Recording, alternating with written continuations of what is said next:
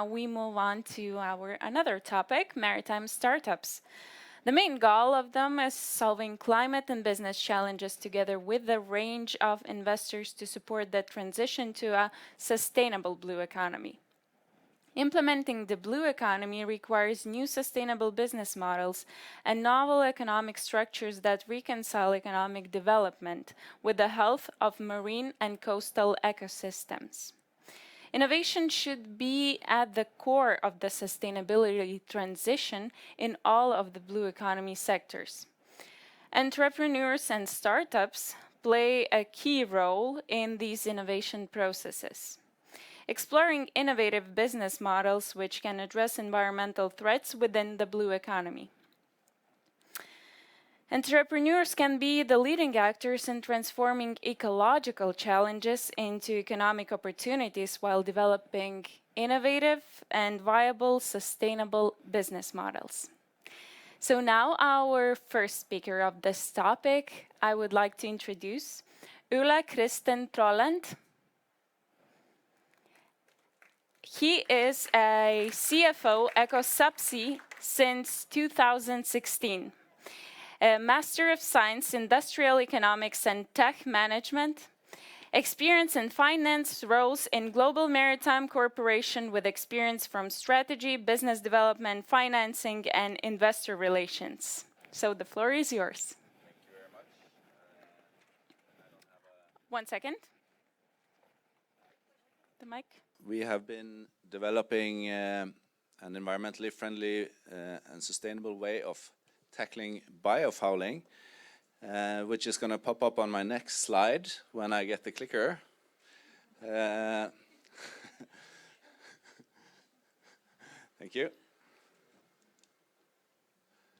Biofouling is the accumulation of organisms on a ship's hull that happens naturally over the lifespan of a vessel.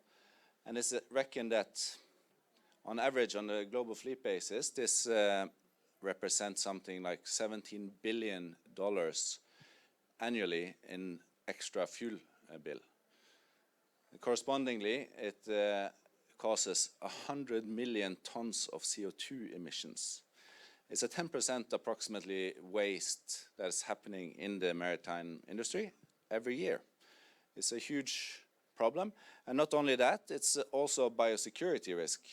These organisms that are forming under the vessel hulls, they attach in Norway maybe, and then that ship comes down to Klaipeda, and it has some crabs or some other kind of organisms on top of it, and then that will be released in the waters here, and that can potentially be a threat to biosecurity. So it's a multifaceted problem with, let's say, manual and not very sophisticated solutions around today. Typically divers are used to perform cleaning operations with handheld tools, and as you can see here, everything that is removed is released into the ambient waters.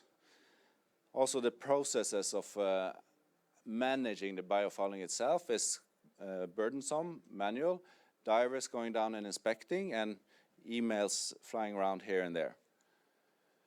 So when we started the company in 2008, it was based on 3 main principles. Number 1, to protect the environment, to cause no significant harm, as the taxonomy say. We don't want to solve the CO2 problem, but then create a problem in the ports. We need to be non-abrasive to the coatings because the coatings are very gentle, and we don't need to cause additional problems for the ship owners by removing the biofouling in a or in an abrasive manner. And then we need to be efficient. We have to have a solution that is sustainable, but it doesn't cost 10 times as much as traditional solutions. All right. Because then we're not going to be able to, that's not viable.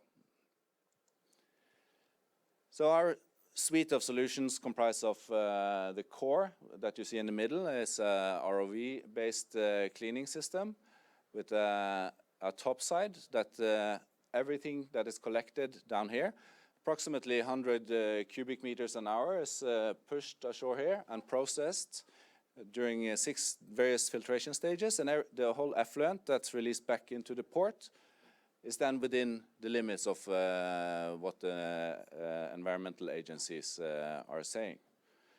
This unit is actually here today.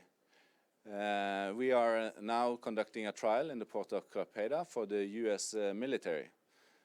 So that's also pretty fun. We're now in the process of expanding here from being in Europe. I'm going to tell a little bit about being a startup, what that means. We started in 2008, and then in 2012 we released the first full-scale pilot station. And then we have reached a few milestones on the way. We branched out to Southampton in 2014. Between 2012 and 2017 we improved efficiency with 10x.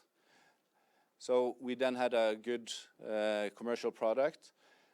We launched our second unit in 2019. It came on stream Q4 2019. Brilliant timing. 4 months later, COVID breaks out. This looks very linear and nice, but here, nothing has gone to plan. The plan here has changed 1,000 times all the way across this axis. And the key to survive and the key to get to the next level is to prove something. You don't need a fully complete system before you go to the customer. You don't need everything. Be out there and sell. Accomplish something very fast with very little money. Protect your cash flow, or manage your cash flow. Be aware that you have a cliff, or you have a runway, you have a certain amount of time with the cash you have at hand. Keep close attention to that at all times. Being poor is a curse and a blessing.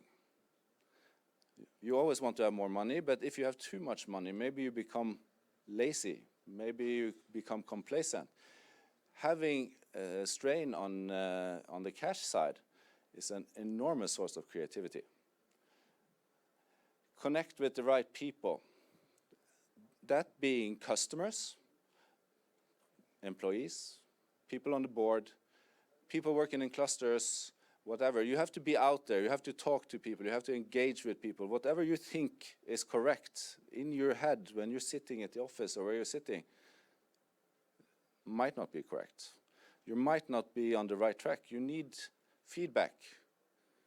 You need a lot of feedback.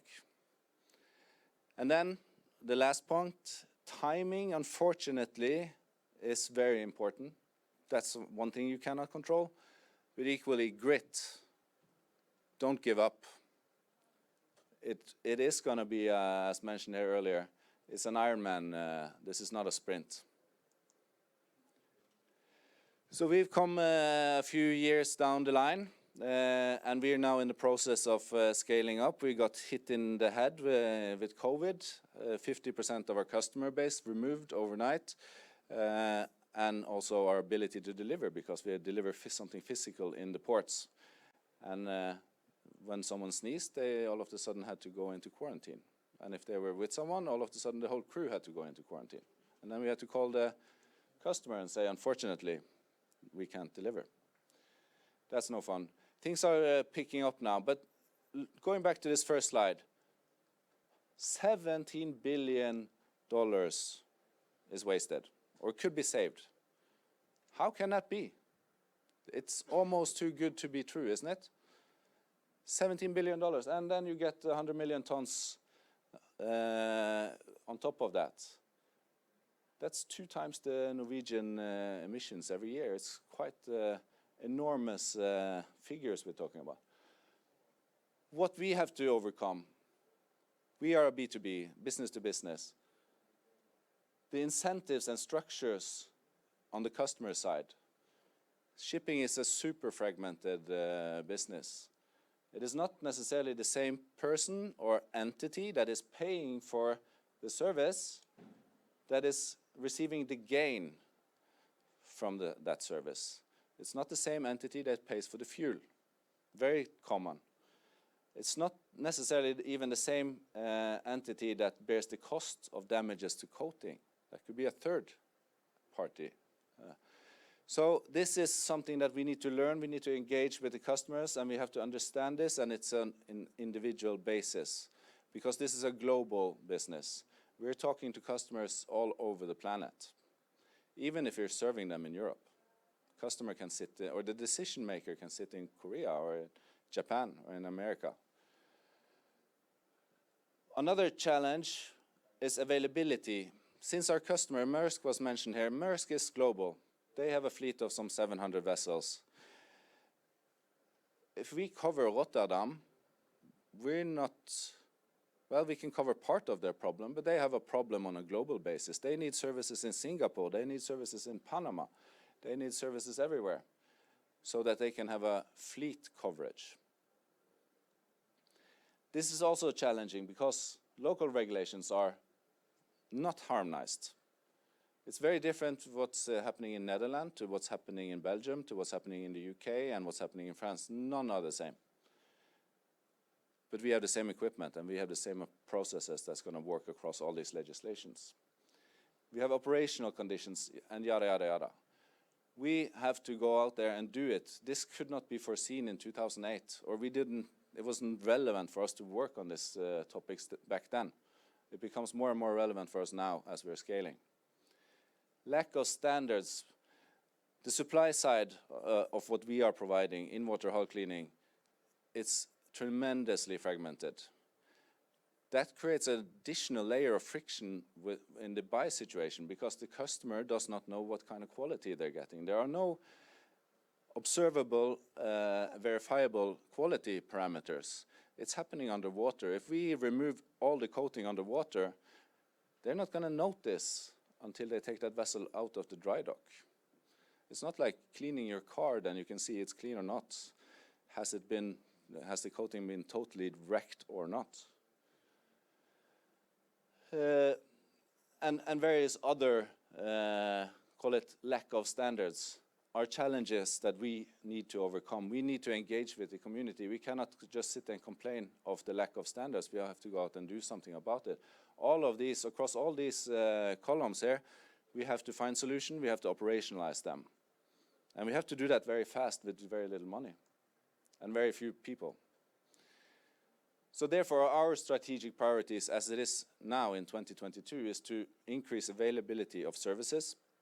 That means investing, it means hiring, it means opening up new ports as we're doing now in Klaipeda, engaging with the local regulatory bodies to get the necessary approvals to operate. We need to improve efficiency.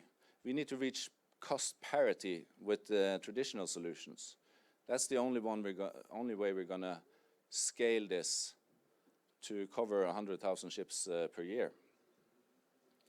Right now we have some very good customers that are recognizing the quality, that have worked with us over many, many years, and that are very quality oriented. We can sell to.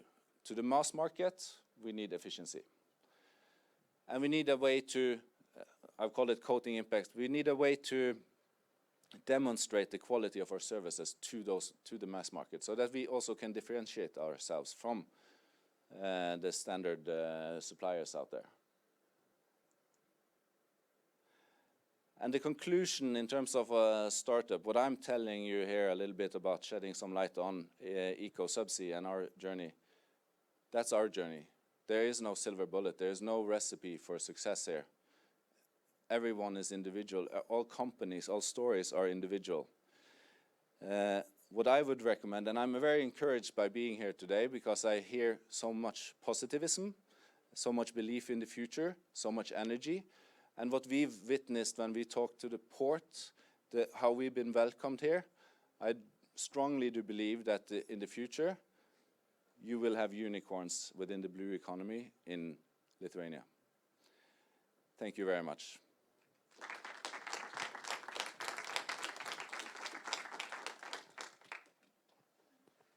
Thank you, Ole Christian. It's nice to see you in this role. Ole Christian, he used to be a maritime trainee with the Ship Owners Association in Norway when I was doing that program, and to see how young people like him, well, still young, Ole Christian, relatively, are taking knowledge they got in that kind of education and that program to use into this is brilliant. And this is a very important part of shipping and how to get down emissions. Because if you don't have anti-fouling in place, the ship will drag and spend a lot more fuel than it has to do. So this is amazing.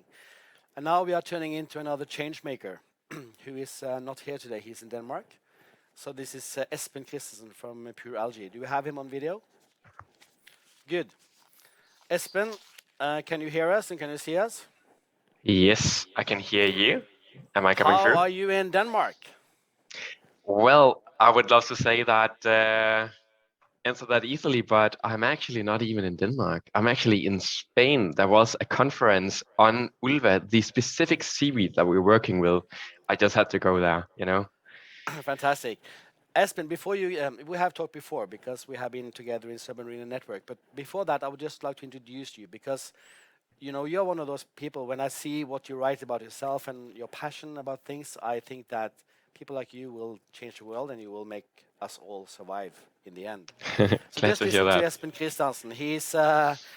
He's passionate about topics targeting public health, sustainability, and environmental remediation.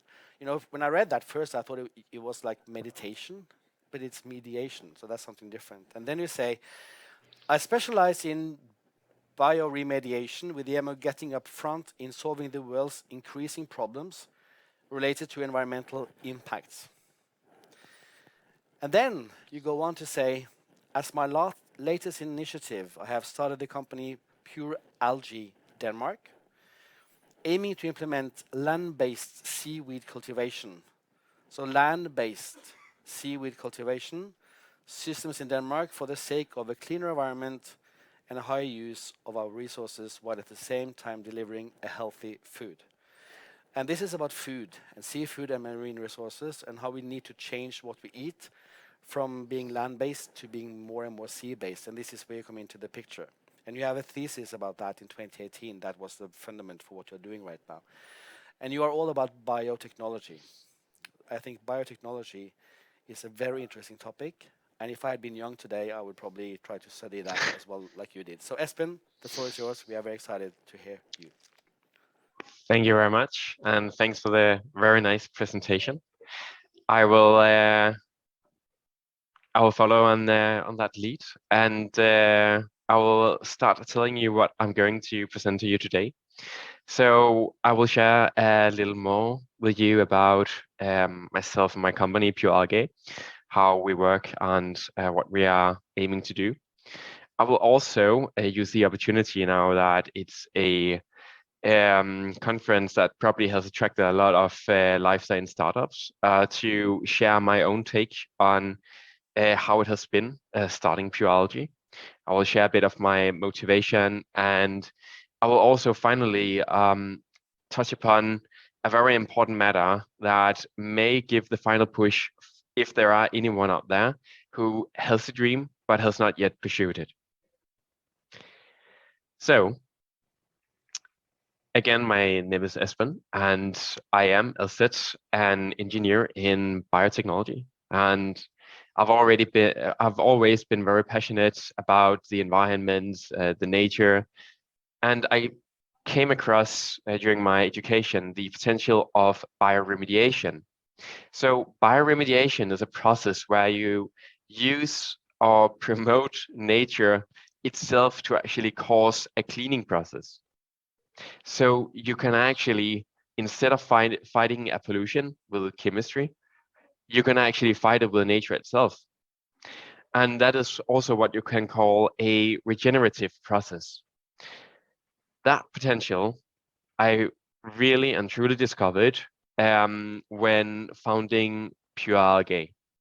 So what we do in Pure Algae is we are a technology supplier for a seaweed-based water treatment system. So we use seaweed in a land-based system to make a bioremediation of water. We are focusing our technology our water treatment system for the land-based aquaculture. So slowly, the production of fish is moving from offshore production to on-land productions. And while they are solving a lot of environmental problems doing so, they still have one issue left, and that is how can they reduce the nutrient emissions? Well, we can support them in that, and we do that by allowing them the adoption of integrated multi-trophic recirculating aquaculture systems. Wow, we can do that shorter. We'll call it IMRAS. So what we have developed is a vertically scalable, modular, and stable cultivation system for seaweed. And this system is resistant to climate change. It also operates all year round due to an innovative illumination system. And it is ease of use thanks to automated processes for monitoring, cleaning, and harvesting.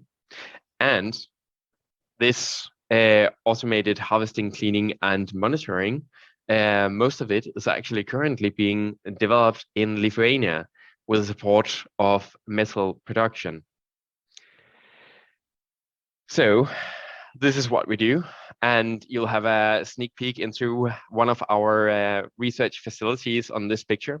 We have them already much bigger, but what I'm going to touch a little more upon is how we got this far and what it has considered. So we consider ourselves a life science startup, and a life science startup is a bit more complicated way of doing startups. It's not like you just make some software and push it out. So what we are aiming to do by this approach, I'm going to share you a little about the fundraising in that process. And when I started Pure Algae, I was very naive and I was eager to get started. I approached it all with a concept where I wanted to start a company. I wanted to receive some money so I could hire some team members and eventually do some product development, some technology development, and get out and get it working. Well, if you are a scientist by background, then you probably know this procedure because that is how scientists normally do. They fundraise a project, they get it home, attract people, and then they deliver the product. But I got nowhere in doing so. So what I discovered was that I actually had to turn the whole thing upside down. Also, as the former speaker said, it's so important as a startup that you get out there in the market, you start selling whatever you have, really get traction on the thing that you're going to do, the thing that you're going to create, so that you can grow as a company. And that means that in order for me to start, and in order to get capital to hire a team and to finally build the product, I actually had to look at the other way around. I had to start with the product and then attract team members and finally get funding. So in this process, there is 3 steps, as you see, and to put a bit more words on it, the first step is designing and building prototypes. Then you need to attract human resources, and then finally you will be able to raise funding. So in this matter, we have an iterative process, meaning that you can keep on this process and keep on developing the process and keep raising more money for doing so. Now, when I started this process, I was actually all alone. So I will wrap up this story by taking the perspective on this set off. I was always told as a sole founder that 2 is 1 and 1 is none. So I was literally told when I want to start a company, everyone just told me, well, you're only you're no one. But I'm going to finish off with a short story on how one can be more. So when I started looking at this fundraising strategy and realized that I needed to turn it upside down, I was looking for my first product. And as mentioned in the introduction, I wrote my master's thesis on seaweed cultivation. And I actually used that as my first product to attract team members. So I used that as a confirmation on what I was going to do. And then when I approached people, I asked myself, what is it that I need? And then I considered who can benefit from giving me what I need. And then I ended up partnering up with my former advisor, as my former supervisor from my project. She ended up in my advisory board together with one of her colleagues. And I attracted a team of engineers to make some of the first prototypes. And I got some really good agreements with the local harbor. And with that, all of a sudden, we could actually start raise capital because I was not just no one. I had attracted people. I had a initial product, and that was worth investing in to early funds. So that speeded up the process. We could do the iteration of the process and build our first prototype for a land-based production of seaweed. And I'm just going to show you this one. It's one of the first things we showed investors. If you look inside the container, there are 4 big tanks, and the seaweed is growing in it. We had good days, you know. We would have days where this would just bloom. There would be seaweed all over in it. And then we would have days where there would be none left, like it would just disappear. So when it went well, we didn't know why. And when it went bad, we also didn't know why. So we actually needed to rethink the whole thing. But just by having this prototype, the important thing was not if it was working or not. The important thing was that it was our next step. And with the next step, we could suddenly attract more human resources. And with more human resources, we could also keep on improving the product. And I'm going to make a long story short and tell you that today we are 5 experts working on dealing with this matter, perfecting the land-based technology for a controlled production of seaweed, enabling the purification of excess water from land-based fish farms. And with us being today, we also, I just want to point out that the team, the reason that I could actually connect this team was that there's one skill that connects them all, and that is passion. They are all in it because they couldn't see themselves being anywhere else. And with that energy, we also eventually attracted 4 strong investors. I'm going to make a final remark on this and say that when approaching investors, they don't invest in a dot. They invest in a line. And by that, I mean many of these investors, I didn't just know them when I needed the money. I knew them from the very beginning. I founded Pure Algae, and I kept them in touch with what I was doing, my research, my development. They followed it. And when I needed the money the most, they were ready to jump in. So that is my final remarks. And I'm just going to share this final picture with you to let you know that I'm sure that there are a lot of entrepreneurs out there that are fighting every day to make things work. And I'm very certain that there are many of you that might have this feeling that this picture is representing. Entrepreneurship is pressing the accelerator while building the road ahead. It's all in, and go for it. All right, thank you very much. Thank you, I'm Esben. available for questions. I called you passionate, and you end up with passion. I think passion is so important for any entrepreneur. If you don't have the passion, It is. yeah. Right. Well, thank you, Mr. Passion. That was a very interesting, and I look forward to seeing you, Esben, some time around. Yes, I'll be happy to Now, meet you again. yes. Now we move from Spain, Denmark to Klaipeda, and the woman I will introduce now is a woman who is well known to many of you. I have known her as well for many years, actually, through the Go Energy project that we took part in. And when you look at Tatjana Paulauskienė, who is a professor today at university, she has a very academic background.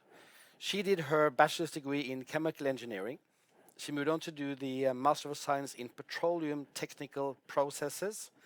And then she moved to Vilnius for a while, and she took a PhD in environmental engineering. So it's all about engineering, it's environment, petroleum, and chemical. And then she has been doing a lot of good work at the university. But then suddenly, out of the blue, Tatjana, you also became an entrepreneur. You became a university entrepreneur. And you founded a company called Inobiostar. And I've been following you on LinkedIn and see all the posts you make about tests and about approvals and about awards you get and all that. And now the latest was you were actually in Hamburg at the SMM conference, the biggest shipping conference in the world, where you wrote that, come on stage, you wrote that here you have the fantastic, you meet clients, you meet competition, and you meet them all. Tatjana, I would never imagine you being a startup person. But Me now too. you are. Exactly. Yeah. So that's very interesting. I look forward to listening to you. So the floor is yours. Yeah. Or you stand here, yes. Thank you very much. Thank you, Tom, for your kind introduction. I would like also to thank organizers for inviting me and to all of you joining this session. Big number of us today shows actuality and importance the topic of blue economy. Blue because of water. Water is vital for our life. Water covers more than 70% of Earth's surface. Human, by 60% consist of water. And every summer, we spend a lot of time being near the water. However, we live in the age of technology and still cannot get rid of using oil and oil products. Machines are burning fuels, they have leakages and cause small or big disasters. They dramatically decrease quality of water. They have negative impact on human health, ecosystems, and economy. Currently, there is a lack of environmentally friendly solutions to solve this problem. And we, as a scientists, see our responsibility to create such solutions, as well as to use them in preventive way. 2 years ago, with the support of Agency for Science, Innovation and Technology, we joined our forces, knowledge and experience in the fields of environment, biology and chemistry, and found a way to empower oil-eating microorganisms to do their job. We found that some microorganisms use oil as a food, and we only should to create the best conditions for them to fight with oil spills. So in our lab, we're combining those microorganisms with natural support material like straw. And what is great about those microorganisms, that they naturally exist in the Baltic Sea environment, meaning that this technology will not make secondary pollution. I'm very happy to share that just a few weeks ago, in cooperation with Klaipėda Seaport Authority and Ministry of Environment, we performed field tests in a harbor area. We simulated oil spill under controlled conditions and collect all pollutants in less than an hour. We used a special blanket with chopped straw and microorganisms inside, as well as finishing tool. And before, during, and after, the quality of water was controlled by independent laboratory. And I'm proud to say that our biotechnology passed the exam. It was able to restore water quality to its primary conditions. Next step, what we need to do is to develop environmentally friendly packaging and find the way how to utilize a used product. But our next deep tech innovation is InnoR gel. It's an environmentally friendly, scalable, highly efficient, biodegradable and reusable waste paper-based material. Actually, it is sorbent for oil spills cleanup. With this idea, we participated in CH Pre-Accelerator program, and our idea was recognized as top 5 best ideas. We also were selected to participate in Baltics and Slovakia Accelerator for climate-positive startups, supported by Climate Kids. What is great that we are using waste paper as a main source for aerogel production, which is mixed with the water to reach uniform distribution. We use the process of freeze drying to create 3D structure of aerogels with a huge surface area to collect as much oil as we can. To avoid water collection, we modify the surface of aerogel. And next step we need to do is to integrate oil-eating microorganisms, which I mentioned before, inside the aerogel to make the biodegradation process even faster. Here you can see how it works. Aerogel immediately collect oil from the water surface. Only oil, but not water. Actually, it is capable to collect 40 times its own weight. This exact sample has been reused for the third time, and as you can see, is still capable to do its job. Being deep tech innovators, we are only on the beginning of our way. In the future, we see our innovations widely used in different industries, but not only for oil spills treatment, but mainly as a prevention of water pollution.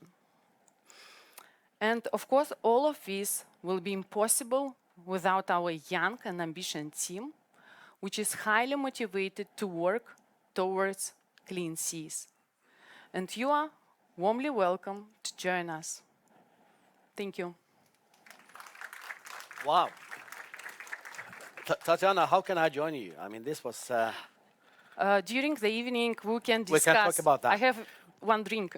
Yeah, but I mean, this was... Did you see her presentation? That was so professional. How have you been training yourself in front of the mirror at home, or how do you do this? Because, you know, This is a secret, you know, a woman has to have some secrets. Oh, you have secrets. Yeah. I can imagine you have secrets, Tatjana. But, you know, this is... How do you like to see yourself as founder, CEO on this screen? On the screen it's nice, pretty nice, but in real life it's difficult.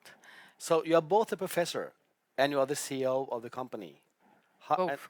Both, yeah. So because you still have to do your professor things. I like to be a professor. But you have to as well, right? Because that's your job. Yeah. So this is another job.